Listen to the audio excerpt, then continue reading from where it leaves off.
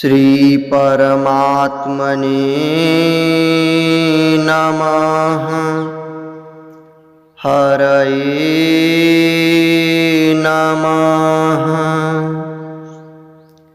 श्री गुरुचरण कमलेभ्यो नमः। श्रीमद्भगवद गीता अथ द्वितीयोऽध्यायः।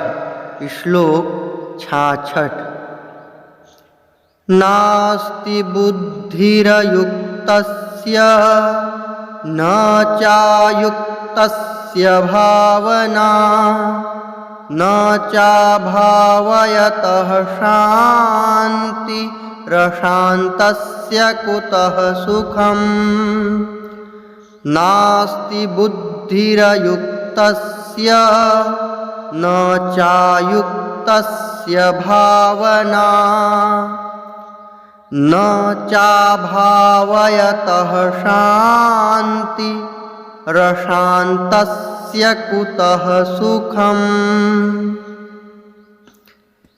अर्थ: न जीते हुए मन और इंद्रियों वाले पुरुष में निश्चयात्मिका बुद्धि नहीं होती और उस अयुक्त मनुष्य के अंतःकरण में भावना भी नहीं होती तथा भावनाहीन मनुष्य को शांति नहीं मिलती और शांति रहित मनुष्य को सुख कैसे मिल सकता है।